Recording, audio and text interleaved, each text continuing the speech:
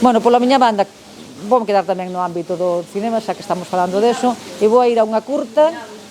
de Xacio Baños, o Augas Abisais.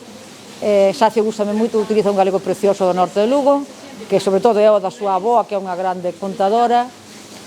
e que está sempre nos seus filmes. Aquí o que fai Xacio é ir á escuridade, a eses fondos invisíveis e eses peixes que se alimentan de detritos de outros peixes mortos. E realmente o que nos está a contar é a historia de Casto, un rapaz que nace no 21 e morre no frente de Teruel no ano 38, un rapaz de 17 anos,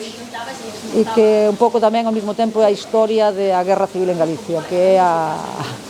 extracción de carne humana como soldado para o exército franquista neste caso. Vai na procura desta personaxe, vencellado a súa familia, e polo tanto forma parte da memoria, forma parte de voltar aos vestixios que nos están explicando,